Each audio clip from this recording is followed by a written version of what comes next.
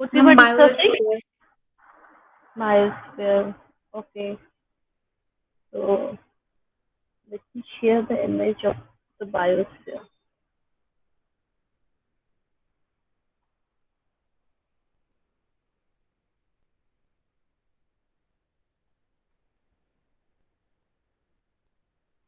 Lithosphere and the biosphere, ये सब बताए थे ना हम लोग.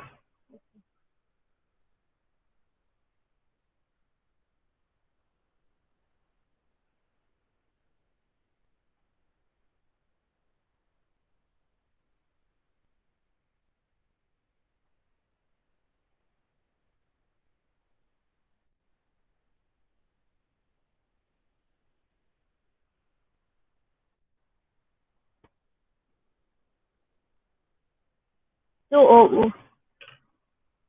what covers the biosphere? Biosphere क्या cover करता है? Biosphere है क्या चीज?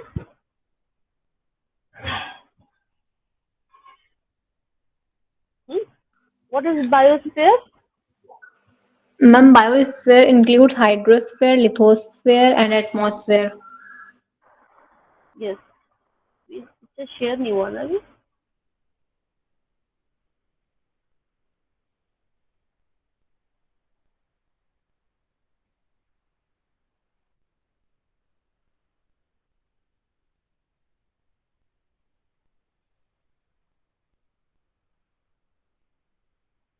नहीं, अभी हम लोगों ने ये पढ़ा था कि एटमॉस्फेयर एनवायरमेंटल सेगमेंट्स हम लोग स्टार्ट कर रहा था ना. एनवायरमेंटल सेगमेंट्स में हमारे पास क्या क्या चीजें थी? एटमॉस्फेयर था, hydrosphere, lithosphere and the biosphere ना. एटमॉस्फेयर क्या चीज था?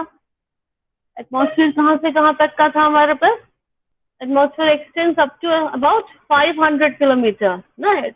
It extends about 500 kilometer above the Earth's surface. This is the atmosphere. And it contains the gases of nitrogen, oxygen as a major component, and the organ carbon dioxide as a minor component, right? This comprises the atmosphere. And what we were discussing after that, hydrosphere क्या चीज है?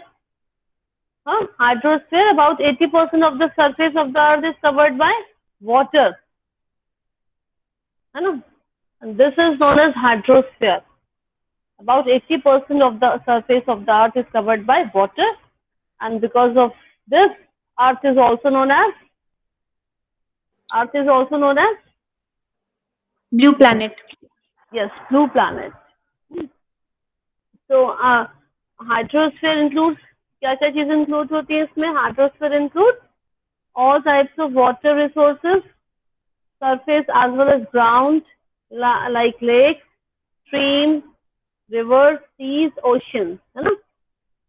ये सब इसमें होता है. Even इसमें जो आपकी जो रॉक क्रेवाइसेस हैं, वाटर लॉक्ड इन रॉक क्रेवाइसेस हैं, वो सब भी इसी में कवर होता है हाइड्रोस्फीयर में, राइट. उसके बाद हम लोगों ने पढ़ रहे थे लिथोस्फीयर. लिथोस्फीयर क्या चीज थी? What is lithosphere? What is lithosphere? Ma'am, the earth's surface and crust soil. Yes, the most important part of lithosphere is soil. Main क्या है? सॉइल है. ठीक है. इसमें क्या क्या चीजें होती हैं? Mixture of inorganic and organic matter and water, the mixture of silicates. ना, मिक्सचर ऑफ सिलिकेट्स में मतलब जैसे कि सोडियम सिलिकेट्स हैं, पोटेशियम सिलिकेट्स हैं, calcium silicate, aluminium and iron silicates. These are the mixture of silicate. Mainly soil में क्या होते हैं? सिलिकेट्स होते हैं ना, sodium, potassium, calcium, aluminium and iron के, है ना. और ऑक्साइड्स भी होते हैं. सिलिकेट्स के अलावा क्या होता है? ऑक्साइड्स हैं. ऑक्साइड्स में क्या क्या चीजें हैं? आयरन, मैग्नीज है, टाइटेनियम है, इनके ऑक्साइड्स होते हैं लिथोस्फीयर के सॉइल में. And if you're talking about the carbonates, the calcium and magnesium carbonates, है ना, ये सब हमारा क्या बनाते हैं? Inorganic matter. I am repeating, क्या क्या चीजें हैं सिलिकेट्स में? Sodium, potassium, calcium, aluminium and iron silicates हैं. इनके सिलिकेट्स हैं. And oxides of iron, manganese and titanium. And carbonates में क्या है? कार्बोनेट्स में कैल्शियम और मैग्नीशियम के कार्बोनेट्स हैं. ये सब हमारा ये लिथोस्फीयर में जो सॉइल है ये बना रहा है, ठीक है। और ये सब तो इनऑर्गेनिक है ना, और ऑर्गेनिक में organic matter is present up to about 5%, है ना, and it mainly determines the productivity of the soil, है ना। जितना ज्यादा आपके इसमें सॉइल में ऑर्गेनिक मैटर है वो क्या डिफाइन करते हैं, प्रोडक्टिविटी ऑफ द सॉइल, है ना। इसमें पॉलीसैकेराइड्स है, न्यूक्लियोटाइड्स है, organo phosphorus and organo sulphur compounds है, शुगर है ना, शुगर एंड ह्यूमस, ये सब क्या बनाता है, ये ऑर्गेनिक पार्ट बनाता है लिथोस्फीयर का। तो मीन्स क्या हो गए, lithosphere is the outer surface of the earth and it consists of earth crust and soil. This is the lithosphere. This is all about the lithosphere. Is it clear? कुछ Yes, पूछना है, ma'am. कुछ note करना है तो note भी करते जाइए। बाद में खैर इसकी मैं पीडीएफ नोट्स आपको सेंड भी कर दूंगी। और उसके बाद ये जो बायोस्फीयर की बात आती है, इसके बाद हमारा लास्ट क्या था, इसमें बायोस्फीयर था। बायोस्फीयर क्या है, जहाँ पर सारे जितने भी हमारे लिविंग ऑर्गेनिज्म रह रहे हैं, है ना। इनफैक्ट बायोस्फीयर क्या है, biosphere is the region of the earth where life exist, जहाँ पर लाइफ हो रही है। इसको भी हम लोग ना बायोटिक, ए बायोटिक में भी डिवाइड कर देते हैं। बायोटिक में मतलब जहाँ पर लिविंग ऑर्गेनिजम्स हैं, जिसको बायोटिक कह रहे हैं। ए बायोटिक में जो हमारे जितना भी नॉन लिविंग चीजें हैं ना, वो हमारा ए बायोटिक में आ जाता है। तो ये सब चीजें हैं जहाँ पर लाइफ एग्जिस्ट कर रही है, दिस इज द बायोस्फीयर, ठीक है। एटमॉस्फेयर का ही ये पार्ट है, वो हो जाता है ये बायोस्फीयर, जहाँ पर हमारा क्या हो रहा है, लिविंग ऑर्गेनिजम्स हैं, ठीक है। इतना समझ में आ गया था हम लोगों को। ये दिस इज द, ये क्या क्या हम लोग पढ़ रहे थे, segments of environment. This are the segments of environment, कि क्या क्या सेगमेंट्स है। स्क्रीन तो शेयर हो रहा है ना बच्चों? Yes, ma'am. ठीक, वेरी गुड। उसके बाद अब हम लोग आते हैं एटमॉस्फेयर के कॉम्पोजिशन पर। तो ये भी हम लोगों ने पढ़ा था।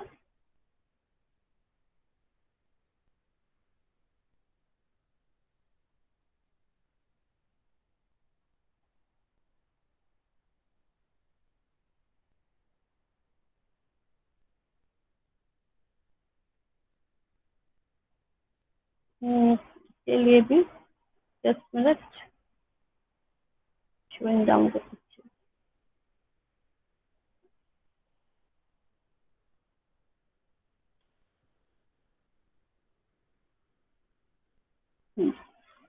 Next come to the composition of atmosphere.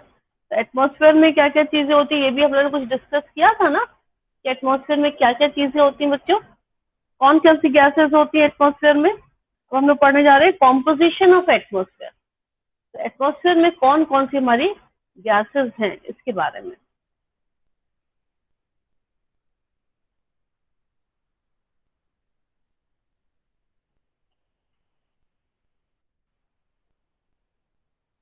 अभी स्क्रीन शेयर होना शुरू हुआ कि नहीं हुआ है? Yes, permanent gases of the atmosphere. अभी स्क्रीन शेयर हो रहा है? Yes, ma'am. है ना। तब देखिए नाइट्रोजन का Yes, ma'am. परसेंटेज कितना है, 78% है ना। और ऑक्सीजन का कितना है, 20.946 है, इसको हम अराउंड 21% बोल देते हैं ना। ऑर्गन है 0.934, कार्बन डाइऑक्साइड 0.036, नियॉन 0.00182, हीलियम 0.000524, है ना। ये क्या है, परसेंट बाय वॉल्यूम। क्रिप्टॉन है 0.000114 एंड हाइड्रोजन क्या है 0.00005% बाय वॉल्यूम। इसके अलावा और भी गैसेस हैं, वो बहुत ही जैसे नाइट्रस ऑक्साइड भी होती है, हीलियम तो खैर इसमें है यहाँ पर। तो ऐसे गैसेस है वो बहुत ही कम क्वांटिटी में, पर मेजर क्वांटिटी में हमारी ये दोनों गैसेस है, बाकी सब क्या होती है, माइनर क्वांटिटी वाली होती है। इनका भी आप स्क्रीनशॉट ले सकते हैं, गैसेस जितनी भी यहाँ पर हैं। तो अगर हम लोग एटमॉस्फेयर की बात कर रहे हैं, ठीक है, अब हम लोग बात करें एटमॉस्फेयर। एटमॉस्फेयर हम लोगों ने एनवायरमेंटल सेगमेंट में फर्स्ट पार्ट क्या पढ़ा था, एटमॉस्फेयर। एटमॉस्फेयर में जो मैं क्या, एटमॉस्फेयर क्या कहाँ से कहाँ तक था, 500 kilometre above the earth surface ना, 500 kilometre above the earth surface क्या था, एटमॉस्फेयर। अब एटमॉस्फेयर के भी सेगमेंट्स हो जाते हैं, एटमॉस्फेयर को भी हम डिवाइड करते हैं सेगमेंट्स में, है ना। उसके लिए बी पिक्चर,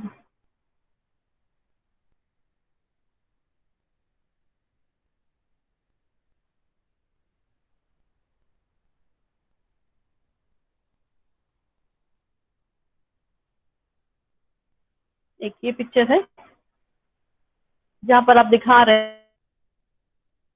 एटमॉस्फेयर है। एटमॉस्फेयर मैंने कहां से कहां तक बोला कि 500 किलोमीटर फ्रॉम द अर्थ से पूरा ये एटमॉस्फेयर होता है ना। और ये एक तरीके से क्या करता है, एक blanket of air around the earth बना लेता है ना, पूरा क्या बना लेता है, जैसे अर्थ है ये क्या पूरा चारों तरफ एक ब्लैंकेट बना हुआ है, ये पूरा क्या है हमारा एटमॉस्फेयर है। Atmosphere is a blanket of air, क्या है, it is a blanket of air around the earth. ये अर्थ है जैसे, है ना, ये अर्थ है और उसके चारों तरफ एक ब्लैंकेट है एयर का, जिसका एयर का, जिसको हम लोग बोल रहे हैं एटमॉस्फेयर। ठीक है, और एटमॉस्फेयर में क्या होता है, गैसेस हैं, air is a mixture of gases. अभी क्या होता है कि एटमॉस्फेयर में ये यहाँ से आप देख रहे हैं ना, यहाँ से लेकर के 80 किलोमीटर तक आप जाएंगे अगर, ये सिर्फ ये तो आपको यहाँ तक आ गया ना, यहाँ पे 80 किलोमीटर तक अगर आप ऊपर चलेंगे, इसको हम लोग बोल देते हैं होमोस्फेयर। और 80 किलोमीटर के अबव वो जब चलते उसको बोलते हैं हेट्रोस्फेयर।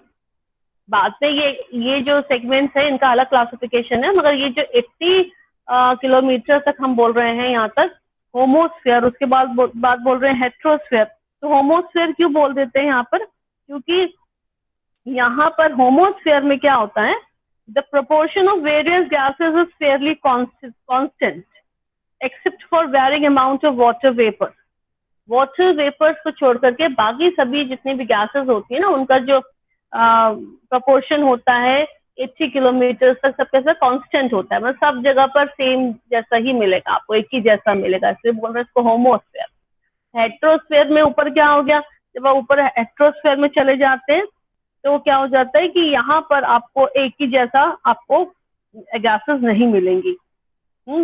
तो अब क्या है, the maximum concentration of atmospheric gases lie in the lower atmosphere due to the force of gravity. यहाँ पर आपका सबसे ज्यादा कॉन्सेंट्रेशन है गैसेस का होमोस्फेयर में। क्यों ज्यादा है, क्योंकि because of the force of gravity, gravity की वजह से यहाँ पर तो है। यहाँ पर जब आप ऊपर चलते चले आते हैं ना 80 किलोमीटर के अबव, तो ये इसको बोलते हैं हेट्रोस्फेयर। यहाँ पर आपको जो एयर का जो mixture, air is a mixture of gases ना, तो गैसेस का जो कॉन्सेंट्रेशन है हर जगह सेम आपको नहीं मिलेगा। ठीक है, so homosphere and the heterosphere. Is it clear to all of you? Yes, ma'am. So if I'm asking what is the atmosphere, the atmosphere is a blanket of air around the earth. ये एक तरीके से पूरा blanket बना रहा है। And if you're going to divide the atmosphere in different components, then you will find these components. सबसे पहले आता है ट्रोपोस्फेयर, स्ट्रेटोस्फेयर, मीसोस्फेयर, थर्मोस्फेयर, और उसके बाद हम लोग एक्सोस्फेयर भी बोल देते हैं, मगर हम लोग मेनली ये 4 के बारे में पढ़ते हैं। TSMT है ना, इसको ऐसे याद रखते हैं, TSMT। TSM बैंक में होती है ना पोस्ट TSM की, ऐसे याद कर सकते हैं TSMT। तो टी पहले होता है troposphere, stratosphere, mesosphere and thermosphere. This actually में these topics are very very important for your GK purpose also. अगर आप कोई भी एग्जाम में भी बैठने जा रहे हैं तो ये सब तो आपको क्वेश्चंस आपको आने ही चाहिए कि आपके एटमॉस्फेयर में कितने कंपोनेंट्स हैं, कितने इसमें क्लासिफिकेशन हुए हैं। तो सबसे पहले आ गया आपका troposphere, stratosphere, mesosphere and the thermosphere. बात समझ में आ गई? अगर आप ट्रोपोस्फेयर की अगर बात करते हैं तो ट्रोपोस्फेयर कहाँ से कहाँ तक है, जीरो अर्थ सरफेस से 0 से लेकर के 11 किलोमीटर तक होता है। यहाँ पर 10 किलोमीटर लिखा, 10 to 11 किलोमीटर बोल सकते हैं। ऐसे 0 से तकरीबन 11 किलोमीटर तक आपका ट्रोपोस्फेयर होता है, दिस इज, है ना। And after that troposphere 11 to 50 kilometre जो होता है वो आपका आ जाता है यहाँ पर स्ट्रेटोस्फीयर। मैं एक दूसरा आपकी पिक्चर शो करती हूँ।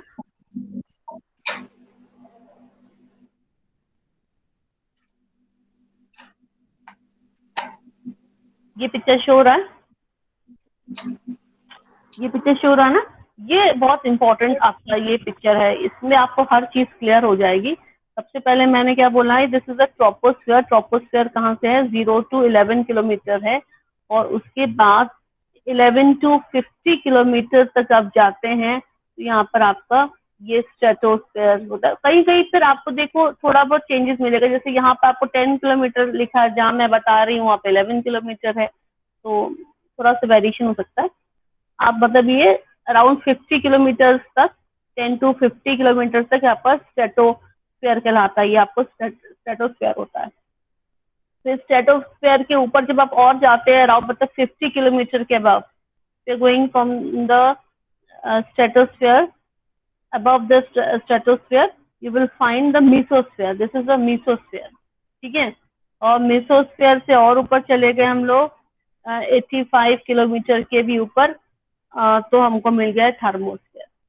ये पूरा थर्मोस्फीयर और उसके बाद ये एक्सोस्फीयर है, ठीक है। तो TSNT ये ये हमारे 4 मेन सेगमेंट्स हैं इसके। अच्छा, अब देखिए यहाँ पर आप एक चीज देख रहे होंगे, ये जो ये कर्व्स गए हैं, ये कर्व्स क्या बता रहे हैं बच्चों, ये ग्राफ एक तरीके से ना, इसके बीच में हाइट एंड टेम्परेचर के बीच में, ये आपका यहाँ पर टेम्परेचर होता है, यहाँ पर बना नहीं हुआ है यहाँ पर टेम्परेचर, बट इस टेम्परेचर होता है यहाँ पर, ये आपका टेम्परेचर है, मतलब ये आपका यहाँ पर 0 है, फिर आपका 180, 200, 220, ये कैल्विन में टेम्परेचर यहाँ पर होता है, ठीक है। और ये हाइट है, तो टेम्परेचर एंड कैल्विन टेम्परेचर के बीच में, sorry height in kilometre and temperature in kelvin के बीच में एक ग्राफ है। तो ये मुझे बताओ, ये ग्राफ में ये लाइन ऐसे जा रही है, फिर ये स्ट्रेट गई है, फिर ये ऐसे गई, इसका क्या मतलब हुआ, कुछ समझ में आ रहा है? कुछ समझ में आ रहा है ग्राफ? हाँ बोलिए। एल्टीट्यूड मैम, एल्टीट्यूड पर टेम्परेचर वेरी कर रहा है। हाँ वेरी कर रहा है, मगर आप ये देखिए ट्रोपोस्फीयर में ये लाइन ऐसे गई है ना, फिर ये देखो स्ट्रेट गई है, फिर ये ऐसे Yes, गई है, तो ये क्या बता रहा है, क्या हो क्या रहा है?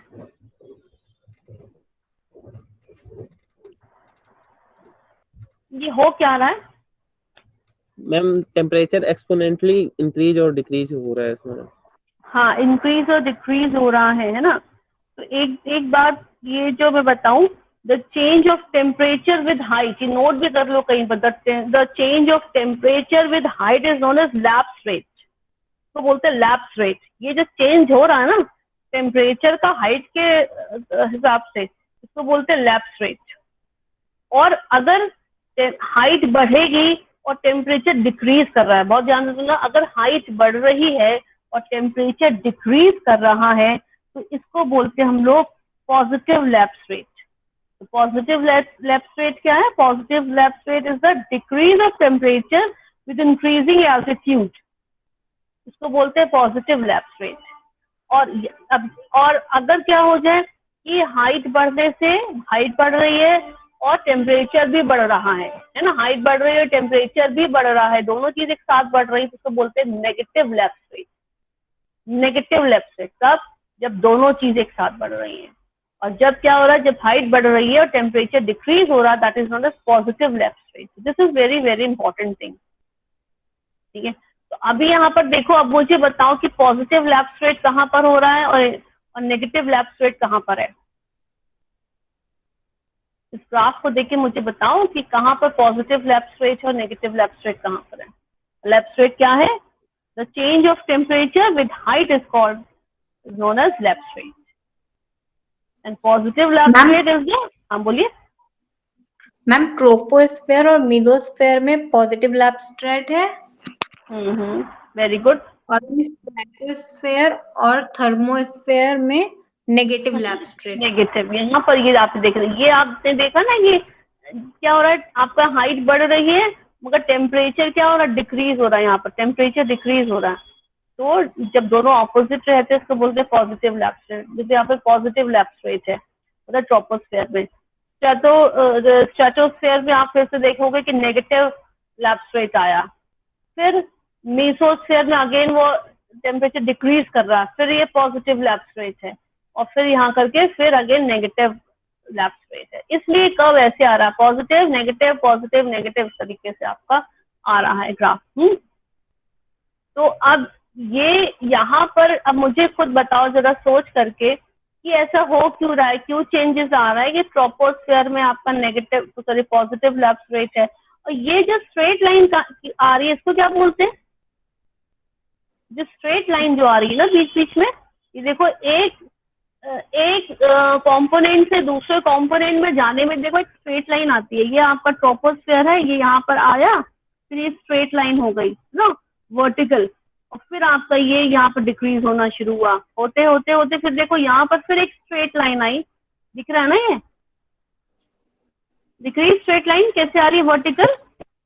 Yes ma'am. फिर उसके बाद फिर Yes, ये ma'am. देखो वैल्यू यहाँ पर डिक्रीज हुई, और फिर ये देखो स्ट्रेट लाइन आई, फिर वो वैल्यू इंक्रीज हुई। तो ये जो स्ट्रेट लाइन्स आ रही है ना उसको बोलते हैं, जैसे अब ये ट्रोपोस्फीयर के बाद आ रही है इसको बोलते हैं ट्रोपोपॉज।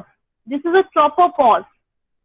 एक सेगमेंट से दूसरे सेगमेंट में जाने में पॉज आता है। वैल्यू यहाँ पर इंक्रीज हो रही थी, इंक्रीज होते होते एकदम से वैल्यू इंक्रीज होना रुक गई, और क्या है एकदम इसके हाइट के एकदम ही क्या हो रहा, वर्टिकल लाइन जा रही है ना, मतलब कि यहाँ पर आकर आपके कुछ चेंजेस नहीं हो रहे हैं, यहाँ तक होते होते डिक्रीज हुआ, अब और ऊपर आप यहाँ पे गए तो कुछ भी चेंजेस नहीं हुआ, तो वैल्यू कांस्टेंट हो गई। This is known as tropopause. Pause मतलब क्या होता है, रुकना है ना, ये ट्रोपोपॉज हो गया। उसके बाद फिर देखो ये स्ट्रेटोस्फीयर में जब उसके बाद स्ट्रेटोस्फीयर में एंटर किया, अब क्या हो गया, वैल्यू डिक्रीज होना शुरू हुई, तो सॉरी इंक्रीज होना शुरू हुई ना, वैल्यू फिर से इंक्रीज होना शुरू हुई, होते होते होते यहाँ पर मैक्सिमम पहुंच गई। यहाँ पर मैक्सिमम पहुंचने के बाद फिर से देखो कि एक पॉज आया, ये लाइन यहाँ पर वर्टिकल हो गई, दिख रहा है ना, वर्टिकल लाइन फिर से हो गई है, मतलब कि अब आप और ऊपर जा रहे हो मगर वैल्यू में टेम्परेचर में कुछ चेंज नहीं आ रहा है। This is not a stratopause. Stratosphere के बाद हुआ है तो स्ट्रेटोपॉज आ गया। स्ट्रेटोपॉज के बाद फिर जब अगेन ये वैल्यू डिक्रीज होना शुरू हुई तो ये मीसोस्फीयर में एंटर कर गई। मीसोस्फीयर में एंटर करते करते फिर देखो एक पॉज आया, इस पॉज को क्या कह रहे हैं, मीसोपॉज। फिर यहाँ पर करते करते फिर वैल्यू में इंक्रीज होना शुरू हुआ, दिस इज अ थर्मोस्फीयर। ये थर्मोस्फीयर हो गया, फिर तो मतलब आपका इंक्रीज ही होता चला जाएगा।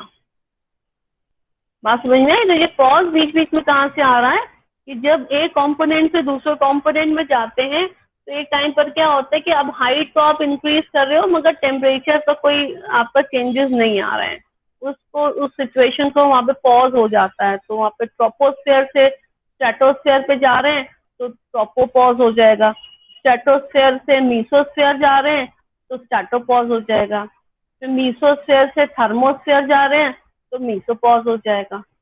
ठीक है, ये समझ में आ रहा है बिल्कुल। Yes ma'am. समझ में आ गया। और लैप्स रेट समझ में आ गया। लैप्स रेट क्या है, वही the change of temperature with height is known as lapse rate, and the positive lapse rate is the decrease of temperature with increasing altitude. ठीक है, और वहीं पर क्या हो जाता है, स्ट्रेटोस्फीयर में क्या हो जाएगा, स्ट्रेटोस्फीयर पे जब आप आओगे तो यहाँ पर क्या हो जाएगा, यहाँ पर नेगेटिव लैप्स रेट हो गया, फिर ये पॉजिटिव हुआ, फिर ये नेगेटिव हुआ। इस तरीके से ऐसे ऐसे करके ग्राफ जैसे स्नेक होता है उस तरीके से यहाँ पर उसका ग्राफ बन जाता है। समझ में आ गया ये ग्राफ बिल्कुल। Yes ma'am. देख लो ये सब माउंट एवरेस्ट वगैरह सब इसी ट्रोपोस्फीयर में ही है।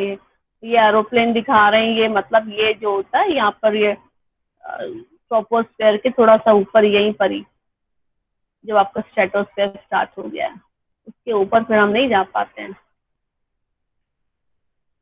ठीक है, नॉर्मली हम तो यहीं तक ही वो कर रहे हैं।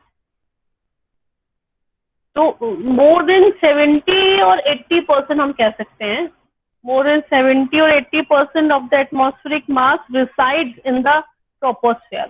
ट्रोपोस्फीयर में मेन हमारा जितनी भी एक्टिविटी है ना, हमारी एटमॉस्फेरिक जो मास है, जो गैसेस हैं और हम सब ही हैं, हर चीज ना सब कहाँ पर ये ट्रोपोस्फीयर में ही है। तो 80% 70 to 80% जो होता है 70 to 80% of the atmospheric mass resides in this region of atmosphere, means this troposphere, which is the nearest to the earth surface, है ना, and extend up to an altitude of 10 to 11 kilometre, कहीं पे 10 है, कहीं पे 11 kilometre है। और यहाँ पर क्या होता है ट्रोपोस्फेयर में, यहाँ पर सब आपकी वाटर वेपर्स भी है ना, all the atmosphere water vapour is in the troposphere, है ना। और इसी वजह से यहाँ पर क्या हो जाते हैं, जो स्टॉर्म्स हैं एंड प्रेसिपिटेशन ऑफ द अर्थ है, सब यहीं पर होगा, ट्रोपोस्फेयर में ही होगा, क्योंकि यहाँ पे वाटर वेपर भी आपको यहीं पर मिलेगी, है ना। जितने स्टॉर्म्स हैं, प्रेसिपिटेशन ऑफ द अर्थ, सब यहाँ आपको यहीं मिलेगा। और and in the absence of any significant air pollution, the composition of air in troposphere remains uniform due to convection currents arising from differential heating and cooling rates between the equator and the poles. अगर हमारे पास क्या यहीं पर मैंने कहा ना, यहाँ पर सारा हमारे पे वाटर वेपर्स हैं, और in the absence of any significant air pollution, तो अगर कोई एयर पोल्यूशन नहीं है तो क्या होगा, यहाँ पर हमारा जो कॉम्पोजिशन ऑफ एयर है वो कैसा होगा, यूनिफॉर्म रहेगा, सब जगह एक जैसा रहेगा। मगर ऐसा होता नहीं है यहाँ पर, तो इतना पोल्यूशन की वजह से आपका जो गैसेस का कॉम्पोजिशन है वो यूनिफॉर्म होना चाहिए, मगर होता नहीं है एक्चुअली में, है ना। और ये जो यहाँ पर आपको पता है कि कैसे एयर कैसे आगे बढ़ती है या गैसेस कैसे आगे बढ़ती हैं, because of the convection currents ना, कन्वेक्शन करंट्स होते हैं, और कंडक्शन एंड कन्वेक्शन के थ्रू क्या होता है, हमारी गैसेस और ये हमारी एयर आगे बढ़ती है। ये बात पता है ना, कन्वेक्शन करंट किसे कहते हैं, क्या होता है convection current, heating and cooling कैसे आगे बढ़ती है, कन्वेक्शन करंट क्या है, थ्रू रेडिएशन। हाँ बोलो, ये कन्वर्ट रेडिएशन होता है मैम, वन मीडियम। ना कन्वेक्शन करंट क्या चीज है, what is convection current? Ma'am, the best example for convection current is land breeze and sea breeze, ma'am. Ma'am, when the air is heated, ma'am, there is a zone for high pressure is created, ma'am. Then the Yes. surrounding, yes, ma'am. Yes, because of the जो hot air का क्या होता है, density high होगी कि लो होगी? जो hot air होती है उसकी डेंसिटी क्या है, हाई है कि लो है? मैम डेंसिटी लो होगी उसकी, लो होगी ना, लो होगी तो वो क्या आगे ऊपर जाएगी, Yes, ma'am. और फिर क्या होगा, ऊपर जाएगी तो वो फिर जो आपकी जो ठंडी हवाएं होंगी फिर वो नीचे जाएंगी, क्यों? क्योंकि वो आपकी उसकी डेंसिटी ज्यादा है, वो नीचे जाएंगी। तो this is a convection current ना, फ्लो बना रहता है कि गर्म हवाएं ऊपर गई और फिर ठंडी हवाएं नीचे आई, फिर ऐसे जो फ्लो बना, दिस इज कन्वेक्शन। तो ये सब यहाँ पर आपसे कन्वेक्शन करंट की वजह से और कंडक्शन की वजह से आपका flow of heating and cooling बना रहता है, ठीक है।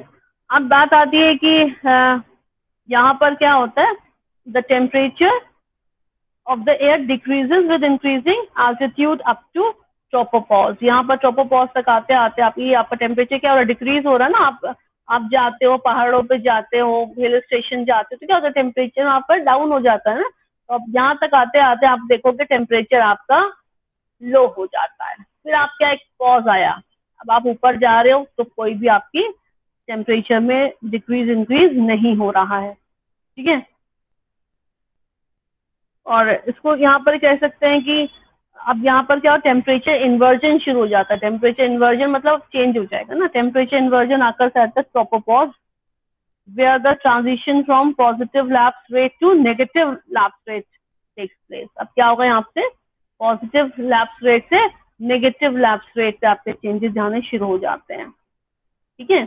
Now comes to the stratosphere. Stratosphere it is the region above the troposphere, ये रीजन अबव है ना ये। और यहाँ पर क्या हो रहा है आपको बता ही दिया, ये नेगेटिव लैप्स रेट आपका यहाँ पर स्टार्ट हो जाएगा।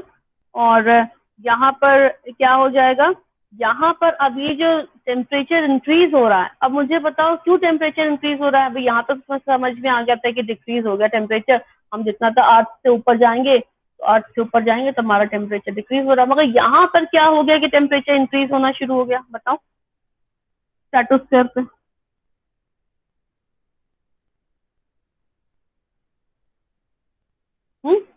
क्यों इंक्रीज होना शुरू हुआ? यहाँ तो डिक्रीज हो रहा, तब यहाँ पे क्यों इंक्रीज हो रहा है? कौन बताएगा? What is the region of there negative lapse rate?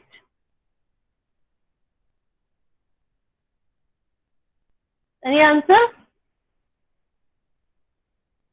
Karishma, Abhishek, ma'am Vivek? Due to presence of carbon dioxide. No, due to presence of the ozone layer. Ozone layer क्या करती है? यूवी रेडिएशन को एब्जॉर्ब करती है। यहाँ पर क्या आपके ओजोन, देखो यहाँ पर लिखा भी है ओजोन, है ना, यहाँ से आपका ये ओजोन, यस मैम। यहाँ पर आपका फिर ये ओजोन लेयर शुरू हो जाती है। ओजोन लेयर क्या करती है? ये यूवी लाइट को एब्जॉर्ब कर लेती है। अब यूवी लाइट को एब्जॉर्ब कर लेती है तो क्या वो टेम्परेचर बहुत हाई हो जाएगा, है ना। Temperature in this region continues to increase with height due to the absorption of UV radiation from sun by ozone. Sun का जितना भी यूवी रेडिएशन हो रहा है यहाँ पर एब्सॉर्ब हो जाता है ना। फिर क्या हो जाता है? अब यहाँ पर तो एब्सॉर्ब हो गया, इस वजह से हीटिंग हो गई। तो ये याद रखेंगे, by this negative lapse rate occurs in this stratosphere because of the presence of ozone layer which absorbs the UV radiation from the sun. But at the top of the stratosphere अब क्या हो जाएगा? फिर यहाँ पर एक pause आ जाएगा, stratopause हो जाएगा, और उसके बाद फिर से हमारा यहाँ पर टेम्परेचर डिक्रीज होना शुरू हो गया। अब मुझे बता, फिर से टेम्परेचर क्यों डिक्रीज हुआ भाई यहाँ पर? Ma'am presence of water vapours. आप देखो इसका ऑपोजिट करो कि यहाँ पर ओजोन प्रेजेंट नहीं है, यहाँ तो ओजोन थी, अब यहाँ पर ओजोन नहीं प्रेजेंट है। अब क्या होगा? ये यूवी रेडिएशन तो यहाँ पर रुकेंगे नहीं भी, यूवी रेडिएशन को एब्जॉर्ब करने के लिए कोई चीज चाहिए ना, तो यहाँ पर तो नहीं है। यहाँ पर the temperature in this region continues to decrease with height due to the absence of species like ozone which can absorb UV radiations from the sun. तो अब क्या हो गया कि ये जोन जो होता है ये बहुत ही कोल्डेस्ट वाला जोन अब आ जाता है, कोल्डेस्ट जोन। अब आप पूरे इसमें देख रहे हो ना, ये सबसे कम टेम्परेचर किसका हो रहा है? इसी का तो हो रहा है, मीसोस्फीयर का। ये सबसे कोल्डेस्ट जोन है क्योंकि यहाँ पर आपका कोई भी ओजोन लाइक स्पीशीज नहीं है जो कि आपका यूवी रेडिएशन को एब्सॉर्ब कर पाए। It is the coldest zone. If you are asking in कोई एग्जाम की which is the coldest zone, ये mesosphere because of the absence of any species like ozone, right. तो अभी क्या हो गया? अब फिर ये बात आ गई कि यहाँ पे आते आते एक मेसोपॉज आया, मेसोपॉज के बाद फिर से ये इंक्रीज हो गया टेम्परेचर। अब क्यों इंक्रीज हो गया भाई?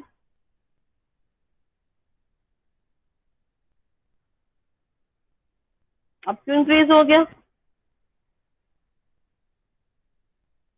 क्योंकि अब तो इसके एल्टीट्यूड बहुत बढ़ गया है, यहाँ पर इतनी लो डेंसिटी है and high temperature, low pressure, है ना। अब तो इस सन से बिल्कुल हम पास में पहुंचते चले आ रहे हैं ना, सन एकदम पास में पहुंचते चले आ रहे हैं। अब हमारे यहाँ पर क्या हो गया कि यहाँ पर इतना लो डेंसिटी हो जाता है और हाई प्रेशर, लो प्रेशर यहाँ पर। अब यहाँ पर क्या होते हैं? एक्टिविटीज होते हैं, एक्टिविटीज लाइक जितने भी आपके बल्कि यहाँ पर एक्टिविटी नहीं बोलना चाहिए, इसके नीचे वाले पार्ट में यहाँ पर तो बोलते हैं कीमोस्फीयर। अभी मैं बताती हूँ, पहले इतना बात समझ लो। यहाँ पर आते आते क्या हो गया कि ये आपका टेम्परेचर अब यहाँ पर फिर इंक्रीज होना शुरू हो गया, ठीक है। और यहाँ पर फिर हम सन के पास बिल्कुल हम पहुंच रहे हैं और यहाँ पर कोई भी और भी गैसेस वगैरह नहीं है। तो दिस इज द थर्मोस्फीयर, इसको नाम से समझ में आ रहा है थर्मोस्फीयर, ठीक है। और इसका टेम्परेचर होता है अराउंड 1200 डिग्री सेंटीग्रेड। देखो यहाँ पर तो खैर नहीं टेम्परेचर यहाँ पर है, वैसे यहाँ पर बता दें कि 1200 डिग्री टेम्परेचर तक पहुंच जाते हैं। फिर तो एक्सोस्फीयर का टेम्परेचर तो बहुत ही हाई हो गया फिर, है ना। अच्छा एक चीज और बता दूं कि यहाँ पर जो स्ट्रेटोपॉज आया है आपका, है ना, ये स्ट्रेटोपॉज से ले करके ये आपके थर्मोस्फीयर का लोअर पार्ट, थर्मोस्फीयर का ये जो लोअर पार्ट देख रहे हो ना, ये थर्मोस्फीयर का लोअर पार्ट से लेकर के स्ट्रेटोपॉज का ये जो पार्ट है यहाँ तक, इसको हम लोग बोल सकते हैं कीमोस्फीयर। तुम लोग कीमोस्फीयर भी बोलते हैं इसको। क्यों कीमोस्फीयर बोलते हैं? क्योंकि यहाँ पर अब हमारे फोटोकेमिकल रिएक्शन इसी रीजन में होते हैं। फोटोकेमिकल रिएक्शन जो हो रहे हैं ना हमारे, इसी इसमें हो रहे हैं, थर्मोस्फेयर का नीचे वाला पोर्शन और यहाँ से लेकर के स्ट्रेटोपॉज तक का पोर्शन, यहाँ पर हमारे फोटोकेमिकल रिएक्शंस होते हैं, जैसे कि O2 का ओजोन में फोटो डिसोसिएशन होना, है ना, O2 का ओजोन में चेंज होना, ये सब हमारे फोटो डिसोसिएशन, ये फोटो केमिकल रिएक्शन से ये सब यहीं पर होते हैं। ये हमारा कीमो स्फीयर कहलाता है। और उसके अलावा मैंने एक बताया था आपको होमोस्फीयर। होमोस्फीयर कहाँ से कहाँ तक बताया था आपको, कहाँ से कहाँ तक बताया था? ये आपके 80 किलोमीटर तक, जितना 80 किलोमीटर तक का जो रीजन था यहाँ से ले यहाँ तक, उसको मैंने बोला था कि होमोस्फीयर, और उसके ऊपर वाला पार्ट था हेट्रोस्फीयर। होमोस्फीयर इसलिए था क्योंकि यहाँ पर गैसेस का जो आपका वो था डिस्ट्रीब्यूशन फिर भी एक तरीके से यूनिफॉर्म था, यहाँ का तो बहुत ही अनइवन हो गया था। और बाकी इस पार्ट से लेकर के इस पार्ट तक हम बोल रहे हैं कीमोस्फीयर। ठीक है, बात समझ में आ रही है कि नहीं आ रही है? Yes ma'am. Yes ma'am. समझ में आ रही है, अच्छी बात है। अच्छा विवेक प्रेजेंट करेंगे आज अपना प्रेजेंटेशन, कौन देगा? Yes ma'am. देंगे, तैयार है? मैम विवेक। मैं अच्छा विवेक, मैं यस मैम। प्रेजेंटेशन में लीजिएगा, मैं एक पे सब स्टॉप कर दूँ फिर। हाँ, ओनली 8 स्टूडेंट्स आर हियर, बाकी रिमेनिंग कहाँ है? आज के बच्चे एब्सेंट क्यों हैं?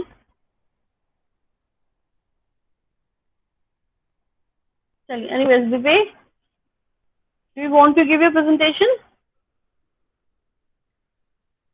Yes ma'am. यस, अभी देखो 15 मिनट्स का left, you can start your presentation. Yes ma'am. तैयारी है आपकी कि नहीं है? मैम यस मैम, रीड किए हैं अभी तो मैम, रिसेंटली अभी ट्रेन में है मैम। ट्रेन में हूँ?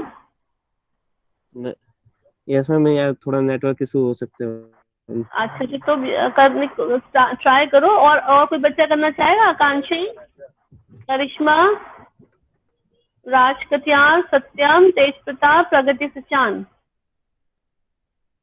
और भी कोई स्टूडेंट है अभी जो आज प्रेजेंट करना चाहते हैं? मैम अभी नहीं हो पाएगा क्योंकि प्रेजेंटेशन लैपटॉप में और फिर ट्रांसफर करने में ही टाइम लग जाएगा फोन पे।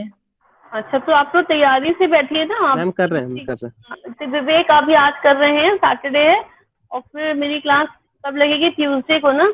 आकांक्षा, you will present at Tuesday. Okay ma'am. Present करेंगे आप, है ना? फिर Raj Katiyar, you can present on Thursday. Okay Thursday ma'am. करेंगे राज। ये बेटा आकांक्षा जरा डेज नोट कर लो, मैंने आपके लिए ट्यूसडे बोला है, राज के लिए थर्सडे बोला है। ओके मैम, नोट कर लिया। सैटरडे करिश्मा, करिश्मा सैटरडे को करेंगी आप? अगर बीच में देखो कोई छुट्टी वुट्टी पड़ जाती है तो फिर वो बच्चा आगे कर लेगा, है ना। अब मैं इतना मुझे ध्यान नहीं कि आपका छुट्टी पड़ रही है। और फिर नेक्स्ट ट्यूसडे फिर सत्यम, फिर वेडनेसडे थर्सडे ना, फिर थर्सडे तेज प्रताप, फिर सैटरडे प्रगति सचान। ठीक है, इतने बच्चों का मैंने बोल दिया। सब कुछ क्लियर हो गया? सत्यम, यस मैम। तेज, प्रगति, सबको अपने समझ में आ गया? Pragati Sachan, are you there? Yes, ma'am. Tej Pratap? Yes, ma'am. हाँ, सत्यम, सत्यम, सत्यम है या नहीं है?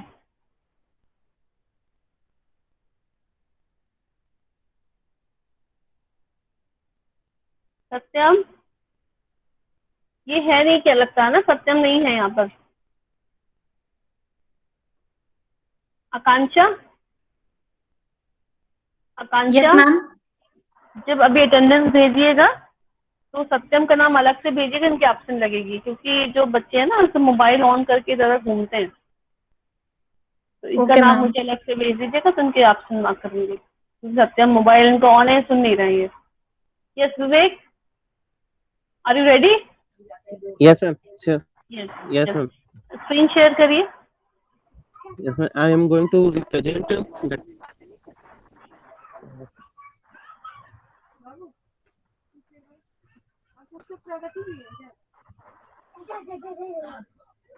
ma'am, my topic is environmental science Okay. and our environment. Ma'am, we live in the environment is the most precious thing that makes the earth beautiful.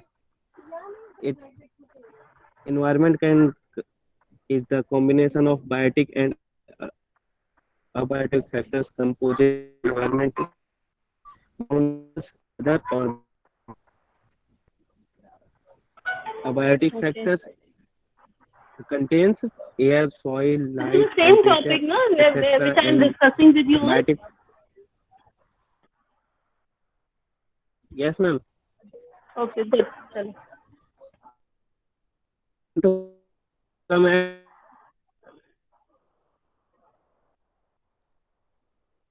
What are the physical components?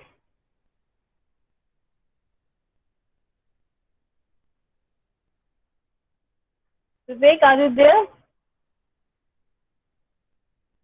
Can you hear me? What are the physical components?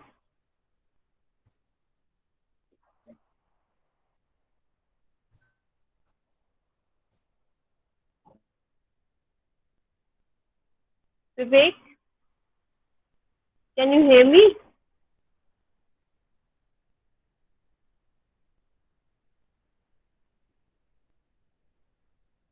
I think Vivek, you have the network issue.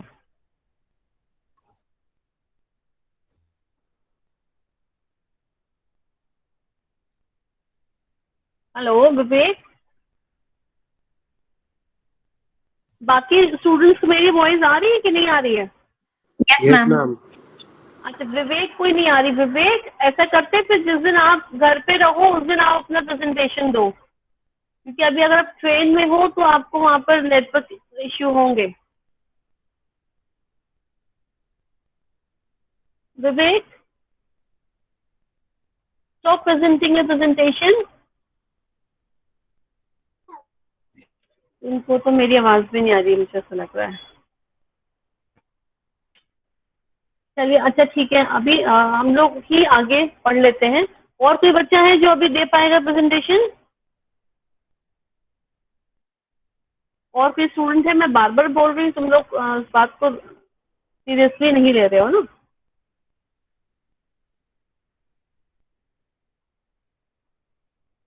Okay, तो चलो अब हम ही लोग ही पढ़ लेते हैं आगे जो हमें पढ़ना है.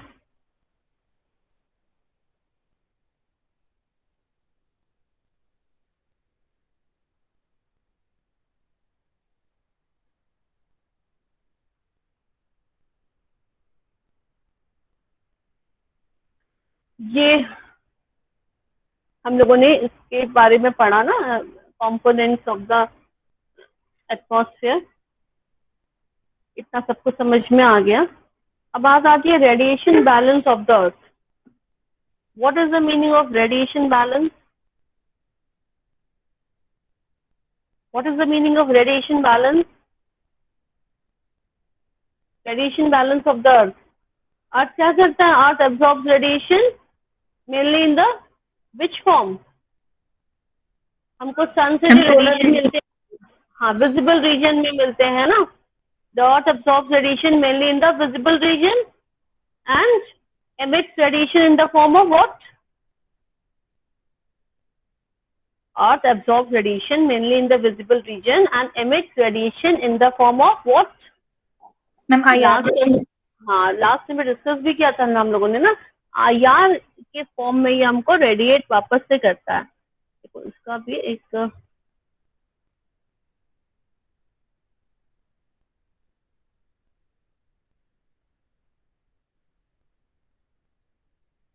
दिख रहा ना सबको. हम लोगों ने लास्ट टाइम पे ग्रीन हाउस इफेक्ट भी पढ़ा था. तो ये जो हमको जो रेडिएशन मिलते हैं सन से, सोलर रेडिएशन, ये हम लोग जो अर्थ है वो विजिबल रीजन में इसको एब्जॉर्ब करती है. और उसके बाद क्या हो जाता है, ये जब एब्जॉर्ब कर लेती है, अब ये जो सोलर रेडिएशन हमें मिल रहे हैं दे आर क्या इनकी वेवलेंथ कैसी होती है? They are in shorter wavelength ना, shorter wavelength by because energy is very high. You know the relationship between the energy and the wavelength. If the energy increases, the wavelength will decrease. तो अभी क्या हो रहा है, जब जब इसकी एनर्जी बहुत हाई है, ये शॉर्टर वेवलेंथ की लाइट होती है, शॉर्टर वेवलेंथ की लाइट और हाई एनर्जेटिक होती है. तो ये जो आपके जो गैसेस का पूरा एक क्या बना हुआ है, जो ग्लास बना हुआ है चारों तरफ एटमॉस्फेयर में, उसको पेनिट्रेट करके ये अर्थ पे यहाँ पे पहुंच गया. ठीक है, अब अर्थ ने क्या करा, इसको एब्सॉर्ब कर लिया. एब्सॉर्ब करके क्या करा, अब ये लॉन्गर वेवलेंथ की लाइट को एब्सॉर्ब रीएमिट करा, रेडिएट करा, है ना. क्यों री रेडिएट करा उसको, फिर से क्यों उसने ऐसा करा, क्योंकि कुछ पार्ट उसने एब्सॉर्ब कर लिया और जो री रेडिएट हीट करी वो किस फॉर्म में करी, इंफ्रारेड की फॉर्म में करी. तो the heat equivalent of the solar radiation, ये जो सोलर रेडिएशन आ रहा है ना, the heat equivalent of the solar radiation reaching the earth is estimated to be 2.7 into 10 to the power 24 joules per year. What I am saying, the heat equivalent of the solar radiation reaching the earth is estimated to be 2.7 into 10 to the power 24 joules per year. इतना हमको per year हमको यहाँ से radiation मिलता है. But out of this 5.3 is absorbed by the soil. ये जो soil होती है ना, वो absorb करता है कितना, out of this 5.3% is absorbed by the soil and 1.9 is absorbed by the marine. marine होता है वो कितना absorb कर लेता है, 5.9%.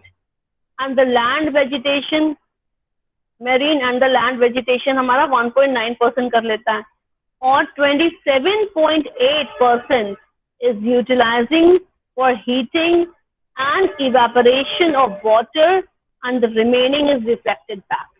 तो सबसे ज्यादा पार्ट कहाँ से यूटिलाइज हो रहा है, 27.8% जो हमको जितना हमको हीट मिल रही है उसका 27.8% यूटिलाइज हो रहा है for heating and evaporation of water.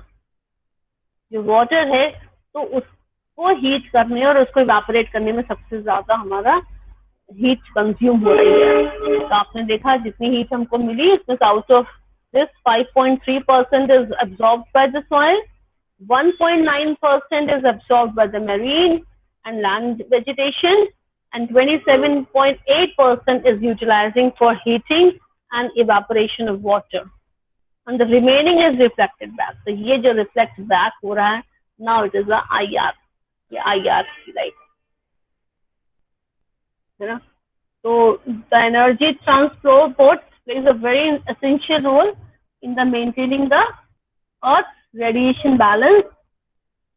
और कौन कौन से मैकेनिज्म्स के थ्रू ये प्रोसीड करता है, ये जो रेडिएशन का जो बैलेंस है हमारी अर्थ में, जो रेडिएशन का बैलेंस है, कौन कौन से फैक्टर्स हैं जो बैलेंस करते हैं.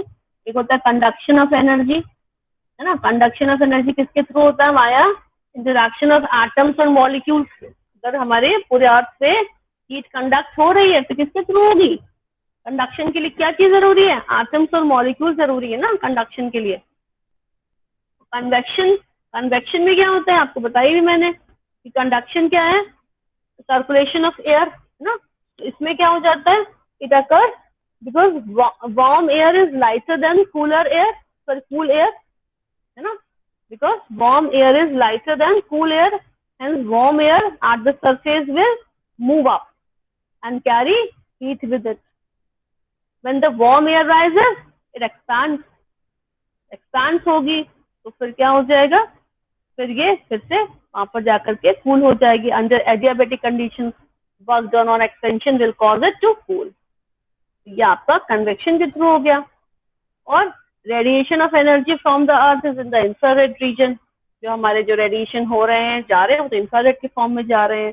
और reabsorption of most of the outgoing infrared radiation by water vapour, carbon dioxide and methane. अब जितने रेडिएशन वापस जा रहे हैं उनको कौन एब्जॉर्ब कर लेता है, ये आपके जो यही होते हैं CFCs हैं, कार्बन डाइऑक्साइड है, मीथेन है, ये जो ग्रीन हाउस गैसेस जिसे कहते हैं. ये क्या करते हैं, ये जो गैसेस जो जा रही होती है इंफ्रारेड, उनको एब्सॉर्ब करते हैं.